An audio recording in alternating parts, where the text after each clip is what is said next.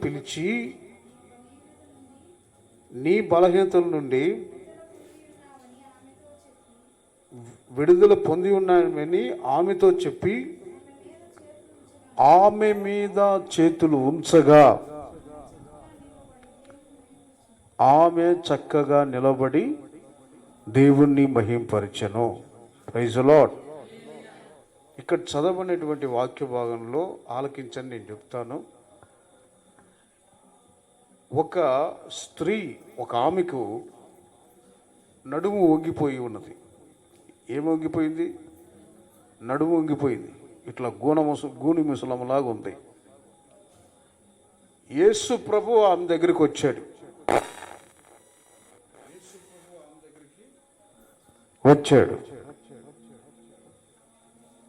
ఆ పరిస్థితి ఎలా ఉందంటే నడుము వంగిపోయిన పరిస్థితిలో ఉంది. ఇలా నడుము వంగిపోయిన పరిస్థితిలో ఉంది. ఆమె అనుకుంటుంది లేచి నిలబడదాం అని అనుకుంటుంది, కానీ నిలవలేని పరిస్థితి. కారణం ఏంటంటే నడుము వంగిపోయి ఉంది. ఆ నడుము వంచింది ఎవరో అని అడిగితే బైబిల్లో రాసింది, ఒక దురాత్మ ఆమె నడుముని వంచేసింది అని బైబిల్లో క్లియర్గా రాసింది. నడుము వంచింది ఎవరు అంటే ఒక చీకటి శక్తి, ఒక దురాత్మ వచ్చి ఆమె నడుమును వంచేసింది.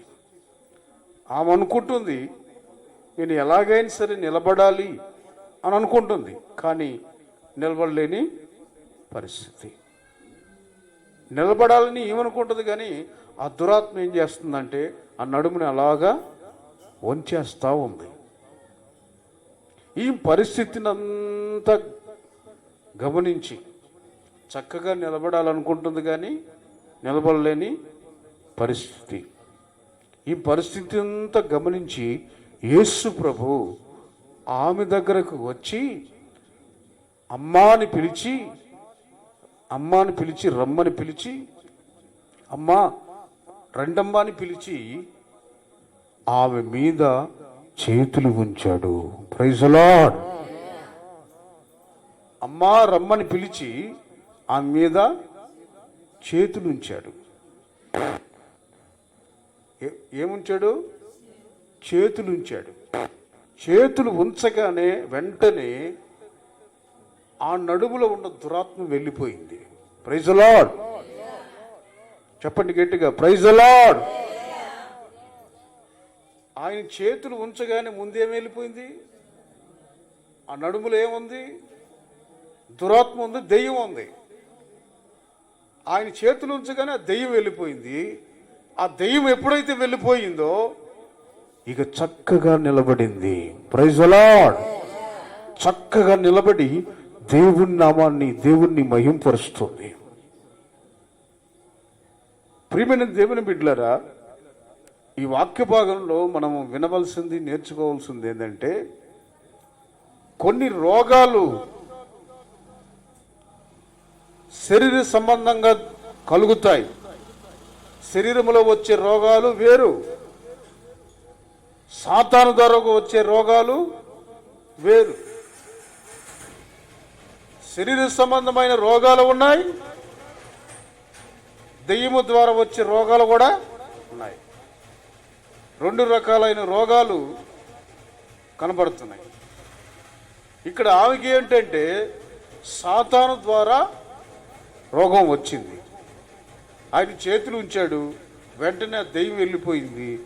ఆమె చక్కగా నిలబడి ఎవరిని మహింపరిచింది? దేవుణ్ణి మహింపరిచింది. Praise the lord. Hallelujah, hallelujah. శరీర సంబంధమైన రోగాలు అయితే అవి వేరు, సాతాను ద్వారా కలిగే రోగాలు వేరు. ఆయన ఆమెను చూడగానే రమ్మని పిలిచి ఆయన చేతులుంచి, అలా చేతులుంచాడు. ప్రార్థన ఏమని చేశాడా? అక్కడ ఏమని రాసిందంటే చేతులు మాత్రమే ఉంచాడు. ఆయన అట్లా చేతులు ఉంచగానే ఆమెలో ఉన్న దురాత్మ బయటికి వెళ్ళిపోయింది. ఆమె చక్కగా నిలబడి దేవుణ్ణి మహింపరిచింది. చూడండి, కొంతమంది జీవితాల్లో నిలబడాలనుకుంటారు, చక్కగా నిలబడాలనుకుంటారు, కానీ నిలబడలేని పరిస్థితి. రోజు ప్రార్థన చేయాలని అందరికీ ఉంటుంది. రోజు ప్రార్థన చేసుకోవాలి, ఉదయాన్నే లేచి ప్రార్థన చేసుకోవాలి, రాత్రి ప్రార్థన చేసుకోవాలి అని అనుకుంటారు. కానీ ఆ సమయం వచ్చేసరికి ఏదో ఒక పని పడిపోయి మర్చిపోయి ప్రార్థన చేసుకోకుండా వెళ్ళిపోతూ ఉంటారు. అంటే అనుకుంటారు కానీ ప్రార్థన చేసుకోరు. ఉదయం ప్రార్థన చేసుకోవాలనుకుంటారు, ఒకరోజు చేస్తారు, మరుసటి రోజు చేయరు, మరుసటి రోజు చేస్తారు, ఇంకొక రోజు చేస్తారు. అంటే ఒకరోజు చేస్తారు, ఒకరోజు చెయ్యరు. చెయ్యాలని ఉంది మనసులో, కానీ చేయలేని పరిస్థితి. ఈమె నిలబడాలనుకుంటుంది కానీ నిలబడలేని పరిస్థితి. మన ప్రార్థన జీవితం కొంతమందిని గమనిస్తే ఒకరోజు చేసుకుంటారు, ఒకరోజు ప్రార్థన చేసుకోరు. వాళ్ళకి చేయాలని ఉంటుంది కానీ చేసుకోలేరు. నీ ప్రార్థన జీవితం ఎలా ఉండాలంటే చక్కగా నిలబడాలి. ప్రైజ్ ది లార్డ్, హల్లెలూయా. ఒకరోజు చేసి కాదు, మరొక రోజు చేయకుండా కాదు, రోజు చేయాలి. రోజు చేయాలి ప్రార్థన. ఆ సమయానికి ఏ పని వచ్చినా పక్కన పెట్టాలి. ఈ మధ్య ఒక తల్లి మాకు పరిచయపోయింది. ఒక చిన్న మాట చెప్తాను, వినండి. మీరేమో అనుకోకపోతే నేను ఒక మాట చెప్తాను. ప్రార్థన అనగానే ఏదో ఒక పని వస్తుందంట. ప్రార్థన అనగానే ఏదో ఒక పని వస్తుందంట ఆమెకి. ఈరోజు ఆదివారం పూట ప్రార్థన ఉందని చెప్తే ఆమె ఎక్కడుంది, హలో ప్రార్థన ఉందమ్మా అని అంటే, అన్నయ్య చాలా బిజీగా అన్నయ్య, ఫుల్ పనిలో ఉన్నాను అన్నయ్య, చెప్పలేమన్నయ్య అంటుంది. చూడండి, దేవునికి సమయం ఇస్తే, దేవునికి ఇవ్వవలసిన సమయం దేవునికి ఇస్తే నీ వ్యాపారం కానీ నువ్వు చేసే దేవుడు మారుస్తాడు. అంతేనా కాదా? దేవుడికి ఇవ్వవలసిన సమయాన్ని నువ్వు వ్యాపారానికి కానీ లేకపోతే వేరే వేరే కార్యక్రమానికి పెట్టావనుకో, దేవుడు నిన్ను ఆశీర్వదిస్తాడా? ఎంత సంపాదించినా అది వడ్డీలు పాలో పరులు పాలో ఏదో విధంగా వెళ్ళిపోతూనే ఉంటుంది. కారణం ఏంటంటే నువ్వు దేవుని సన్నిధిలో ఉండవలసిన వ్యక్తివి ఎక్కడో ఉంటే దేవుడు నేను ఆశీర్వదిస్తాడా? మళ్ళీ ఫోన్లో అంటది, అయ్యా వ్యాపారాన్ని ఆశీర్వదించేటట్టు ప్రార్థన చెయ్యి అంటుంది. అమ్మ, ఎట్ట ప్రార్థన చేస్తావమ్మా? నువ్వు ప్రార్థనకు రా, నువ్వు దేవుని సన్నిధిలో రా, దేవుని సన్నిధిలో కనబడు, అప్పుడు నేను ప్రార్థన చేస్తా ప్రభువుకి. ప్రభు ఈమె దేవుని మందిరానికి వస్తుంది నాయన, ఆశీర్వదించు ప్రభు అంటే కరెక్ట్. నేను వ్యాపారంలో ఉన్నాను, నా వ్యాపారం అంతా మంచిగా జరిగేటట్టు ప్రార్థనలో పెట్టి పాస్టర్ గారు అంటే ఎట్ట పెడతారు ప్రార్థనలో? చూడండి, చక్కగా నిలబడాలి. దేవుని మందిరానికి వచ్చే విషయములో, ప్రార్థన చేసే విషయములో అటు ఇటు పరిగెత్తకుండా నీవు చక్కగా నిలబడాలి. Praise the lord, hallelujah. Bible గ్రంథంలో ఒక ఆయన ఉన్నాడు. ఆయన పేరేం పేరు? లాజర్. Martha, Maria. ఈ మార్తా ఏమో అక్క, మరియేమో చెల్లెలు, లాజరేమో అన్న. ఈ లాజర్ యేసు ప్రభు అప్పుడప్పుడు వచ్చేవాడు. వస్తే యేసు ప్రభుని మంచిగా ఆహ్వానించి బిస్కెట్లు పెట్టి టీ పెట్టి బాగున్నావని చెప్పి అడిగి బాగా పరామర్శించి యేసు ప్రభు అంటే చాలా అభిమానం వాళ్ళకి, ఆ ఇంటోళ్ళకి చాలా అభిమానం, చాలా ప్రేమగా మాట్లాడతారు. ఎందుకంటే యేసు ప్రభు అంటే అంత ఇష్టం. వీళ్ళిద్దరూ ఉంటారు కానీ ఈ లాజరు మాత్రం ఉండడు. యేసు ప్రభు వచ్చిన టయానికి ఆయన వస్తున్నాడని తెలిస్తే, యేసు ప్రభు వస్తున్నాడని తెలిస్తే ఎటో గట్ట పని పెట్టుకుని వెళ్ళిపోతాడు. ఎవరు? లాజరు అన్న.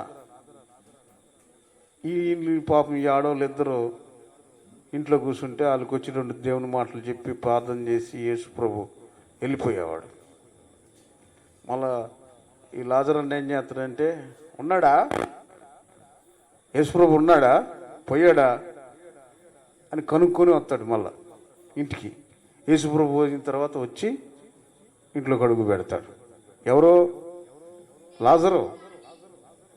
అయితే ఏం జరిగిందంటే లాజర్కి రోగం వచ్చేసింది, జబ్బు వచ్చింది. మరణకరమైన రోగం, అది మామూలు రోగం కాదు. మరణకరమైన రోగం వచ్చేసరికి మంచాన్ని పడ్డాడు. అప్పుడు మరి మన ఇంటికి వచ్చిపోతున్నటువంటి యేసు ప్రభువుకు చెబుదాం, ఆ గుడ్డును బాగు చేసిండు, కుంటును బాగు చేసిండు, అందరం బాగు చేసిండు కదా, మరి లాజర్ను కూడా బాగు చేస్తాడు అని చెప్పి ఆ మార్త మరియా కబురు పెట్టారు. ఎవరికి? యేసు ప్రభువుకి. అయ్యా, నువ్వు ప్రేమించిన లాజరు బాగా రోగంతో మంచాన్ని పడ్డాడు, రేపో మాపో చనిపోయే స్థితిలో ఉన్నాడు, ఆయన పరిస్థితి బాగాలేదు, తప్పనిసరిగా నువ్వు రావాలి అని చెప్పి యేసు ప్రభుకి కబురు పంపించారు. కబురు అంటే ఎవరినో ఒకరిని పంపించారు, చెప్పారు. చెప్తే యేసు ప్రభు రాలా. వచ్చాడండి, రాలే. అసలు పిలిచిన వెంటనే ఎందుకు రాలేదు? రాకపోవడానికి కారణం ఏంటి? మేమంటే యేసు ప్రభుకి లెక్కలేదా? యేసు ప్రభు అంటే మాకు ఇష్టం లేదా? అసలు ఈ లాజర్ అంటే ఆయనకి పడదా అని ఇట్లా నెగిటివ్గా ఆలోచిస్తున్నారు. ఎవరో చెప్పండి? మార్త, మరియా. యేసు ప్రభు ఏమి ఆలోచిస్తున్నాడంటే, నేను వచ్చినప్పుడల్లా మార్త ఉంటుంది, మరియా ఉంటుంది, చక్కగా వాక్యం వింటున్నారు, ఈయన మాత్రం తప్పించుకొని తిరుగుతున్నాడు, లాజరు సావాలి. Praise the Lord. లాజరులో ఉన్న పాపాలు చావాలి. ఆడు చచ్చినప్పుడు నేను లేపుతానని యేసు ప్రభు. మంచి ఆలోచనే కదండి. చచ్చినోడు లేపడం గొప్పతనమా? బతికుండగానే బతికించడం గొప్పతనమా? చెప్పండి. చచ్చి వాళ్ళని లేవనెత్తడమే గొప్ప విషయం. యేసు ప్రభు అనుకుంటున్నాడు అది చావాలి, చస్తే నేను లేపాలి అంట. వీళ్ళేమంటున్నారు? బతికుండగానే రాయ్యా బాబు బతికించు అని. మొత్తం మీద యేసు ప్రభు రాలేదండి. రాకపోయేసరికి ఇక ఏ ప్రాణం పోయింది. ఆ లాజర్కి ఆయన సమాధి చేసేసారు. సమాధి కార్యక్రమం కూడా అయిపోయింది. అంతా అయిపోయింది. ఇంకా ఈ లాజర్ లేడు అని దిగాలుగా వాళ్ళ పనిలో వాళ్ళు ఉన్నారు. అప్పుడు వచ్చాడు యేసు ప్రభు. ఎప్పుడు? చనిపోయి సమాధి చేయబడిన తర్వాత ఎక్కడికి వచ్చాడంటే సమాధి దగ్గరికి వచ్చాడు. Praise the lord. చూడండి, యేసు ప్రభు ఆలోచనలు వేరు, మన ఆలోచనలు వేరు. ఆయన సమాధి దగ్గరికి వచ్చాడు. ఏమండి మార్తమ్మ గారు, మరియమ్మ గారు, లాజరు ఎట చచ్చిపోయిండో అని వివరాలు అడగటానికి వాళ్ళ ఇంటికి పోలే. సమాధి దగ్గరికి వెళ్ళి అక్కడికి వెళ్ళి రాయి తీయమంటున్నాడు. అక్కడ సమాధి చుట్టూ కావలు కాసే వాచ్మెన్ ఉంటే ఆయన దగ్గరికి వెళ్ళి రాయి తీయండి అని అంటుంటే, ఎందుకు బాబు, సచ్చినోడు కంపు కొడతాడు, ఆయన సమాధితో నీకెందుకు అని ఆ కావలివాడు అంటుంటే, నేను చెప్పినట్లు నువ్వు చెయ్యి, నమ్మితే దేవుని మహిమను చూస్తావు అని అన్నాడు. రాయి తీశాడు. మొత్తం మీద రాయి తీశాడు. తీసిన తర్వాత యేసు అన్నాడు, లాజరు లేచి బయటికి రా అన్నాడు. ప్రైజ్ ది లార్డ్, హల్లెలూయా. ఆ సమాధి దొడ్డిలోనికి వెళ్ళి, లాజరు సమాధి దగ్గరికి వెళ్ళి, చచ్చి కంపు కొడుతున్న లాజరు దగ్గరికి వెళ్ళి, లాజరు బయటికి రా అని పిలవగానే సమాధిలో పెట్టెలో పెట్టబడినటువంటి లాజర్, తాళ్ళతో కట్టబడిన లాజర్, సమాధి పెట్టె తెరవబడి కట్టెలు పెంచబడి లేచి సజీవంగా యేసు ప్రభు యొద్దకి నడిచి వచ్చాడు. ఆమేన్, హల్లెలూయా, హల్లెలూయా. ప్రియమైన దేవుని బిడ్డలారా, బాగా వినండి. అప్పుడు యేసు ప్రభు ఏం చేశాడంటే, ఆ కట్లన్నీ విప్పండి అన్నారు. కట్లు విప్పారు. అప్పుడు దాకా యేసు ప్రభు ఇటు వస్తే అటు పోయేవాడు. యేసు ప్రభు వస్తున్నాడని తెలిస్తే అంతుపొంతు లేకుండా యేసు ప్రభు పోయిన తర్వాత వచ్చేవాడు. ఇప్పుడు కళ్ళ ముందు లాజరు లేవడం, అద్భుతం చూడడం, ఈ ఆశ్చర్యమైన కార్యం చూసి వెంటనే తన పాపాల నిమిత్తమై లాజరు పశ్చాత్తాపడ్డాడు. ప్రైజ్ ది లార్డ్, చెబుతాం గట్టిగా, ప్రైజ్ ది లార్డ్. అయ్యా, నేను పాపిని, నన్ను కరుణించు, నా పాపాలు చంపుకున్నాను, ఇక మీదట నేను పాపము చేయను అని చెప్పి తన పాపాల నిమిత్తమై గుండె బద్దలు కొట్టుకొని ఏడ్చి ప్రలాపించి యేసు ప్రభు పాదాల మీద పడ్డాడు. పడ్డ తర్వాత యేసు ప్రభు ప్రక్కనే కూర్చుంటున్నాడు. ఇప్పుడు ఎక్కడ కూర్చుంటున్నాడు? పక్కన కూర్చుంటున్నాడు. అప్పుడు యేసు ప్రభు వస్తున్నాడంటే అంతుపొంతు లేకుండా పోయేవాడు. ఇప్పుడు యేసు ప్రభు ప్రక్కనే ఉన్నాడు. యేసు ప్రభుతోని తిరుగుతున్నాడు. యేసు ప్రభు మాటలు వింటున్నాడు. యేసు ప్రభుతో కూడా వెళ్తున్నాడు. యేసు ప్రభుతో కూడా పరిచర్య చేస్తున్నాడు. ప్రైజ్ ది లార్డ్, హల్లెలూయా. ఎందుకు ఈ మాటలు చెప్తున్నంటే, యేసు ప్రభు ఆలోచన ఏంటంటే, మనము చావాలి. దేని నిమిత్తమై చావాలి? మన పాపముల నిమిత్తమై చనిపోయి క్రీస్తు నిమిత్తమై మనము లేపబడిన వారమైతే మనం పిలవంగానే యేసయ్య పలుకుతాడు. బైబిల్లో ఇంకొక ఆయన ఉన్నాడు. ఆయన పేరేం పేరు? పేతురు. యేసు ప్రభుని పట్టుకోవడానికి వచ్చినప్పుడు ఏమండి, చెలికాడా అంటూ యేసు ప్రభు దగ్గరికి వచ్చారు. ఎవరు? యూదాకు సంబంధించిన శత్రు సైన్యం అంతా కూడా వచ్చింది. యేసు ప్రభుని పట్టుకోవడానికి వచ్చారు. ఆయన ఎక్కడ ఉన్నాడు ఎత్తుకులాడుకుంటే యేసు ప్రభు దగ్గరికి వచ్చేసరికి అందులో యూదా, ఆ సైన్యంలో యూదా కూడా ఉన్నాడు. అప్పుడు యూదా ఏం చేసిండంటే ప్రేమగా మాట్లాడుతున్నాడు. ప్రేమగా ఎవరితో?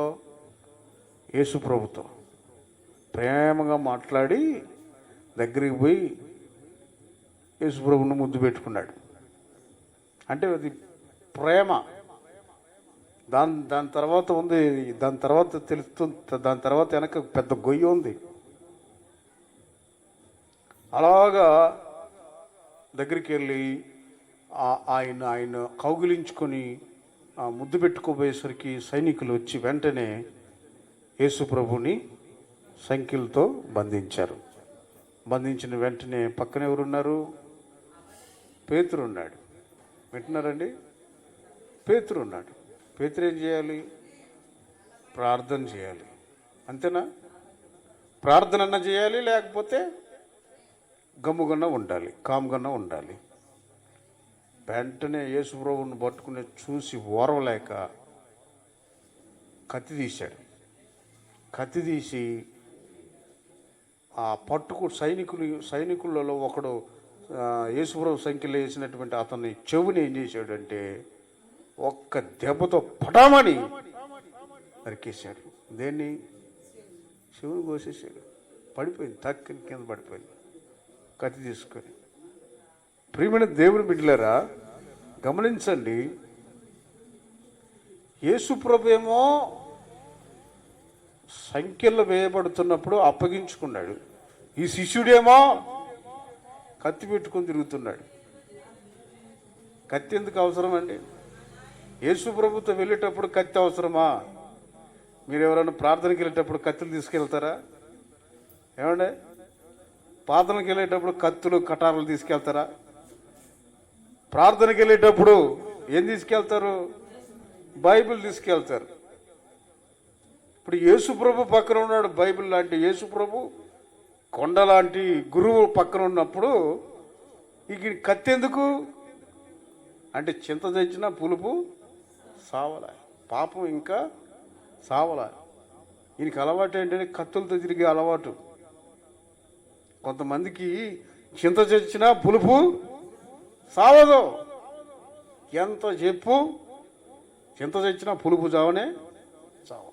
బైబిల్ చెప్తుంది చూడండి. ఆయన ఏం చేశాడంటే కత్తి తీసి పటామని కొట్టేసరికి చెవి కింద పడింది. వెంటనే యేసు ప్రభు ఏం చేశాడు తెలుసా? అక్కడే ఆ పేతురు ముందే ఆ చెవిని తీసి మరలా అదే చోటు అంటించాడు. ప్రైజ్ ది లార్డ్, హల్లెలూయా, హల్లెలూయా. యేసు ప్రభు ఏమో ప్రేమ కలిగిన వాడు, ఈయనేమో కత్తి తీసి నరికేవాడు. యేసు ప్రభుకి ఈ పేతురుకి ఎంత తేడా ఉందండి. యేసు ప్రభు ఏమో ప్రార్థనతో వెళ్ళేవాడు, తండ్రిని పెట్టుకొని గుండెల్లో పెట్టుకొని వెళ్ళేవాడు. పేతురేమో కత్తులతో వెళ్ళేవాడు. ప్రార్థన అనే పేరు కానీ కత్తి ఉంటుంది. కొంతమందికి దయచేసి మీరు వాక్యాన్ని వినండి, వాక్యం చెప్తున్నాను. ప్రార్థన అనే పేరుతో చాలామంది క్రైస్తవులు ఏం చేస్తారంటే, తన పాపం నిమిత్తమై చావకుండా, కోపం చావకుండా, ఈర్ష్య చావకుండా, పగ చావకుండా, నేను ఎంత క్రైస్తవుణ్ణి, నేను ఎంతో ప్రార్థన పరుని, అబ్బో నేను కానుకలు ఇస్తున్నాను, అబ్బో నేను దేవుని మందిరానికి వస్తున్నాను, అబ్బో నేను అన్ని చేస్తున్నాను అంటారే కానీ కోపం చావదు, కోపం చావదు, పాపం చావదు. ప్రియమైన దేవుని బిడ్డలారా, యేసు ప్రభు అంటున్నాడు, నీవు చావాలి, నీ పాపాలు చావాలి. నీ పాపాలు చచ్చిన్నాడు నా కొరకు సంపూర్ణంగా లేపబడతావు. Praise the lord. ప్రియమైన దేవుని బిడ్డలారా, ఈరోజు అనేక మంది క్రైస్తవులు మనకు కనబడుతూ ఉన్నారు, దేవుని మందిరానికి వెళ్ళేవారు. ఎలాంటి క్రైస్తవులు యేసు ప్రభువుకు కావాలంటే,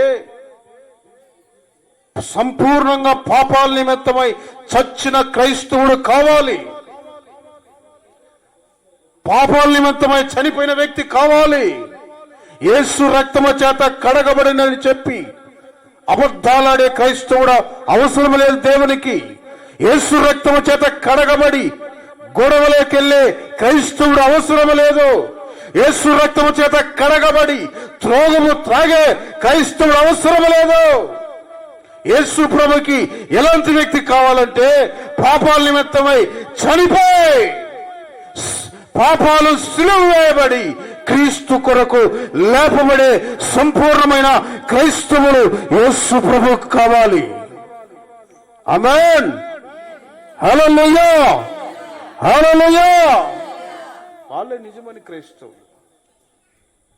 పైకి భక్తిగా కనబడి భక్తి వేషాన్ని వేసుకొని చేసే క్రైస్తవత్వం కానే కాదు. ఇందుకే బైబిల్ ఏం చెప్తుందంటే, మనము పాపము నిమిత్తమై చచ్చిన వారమై ఉండాలి.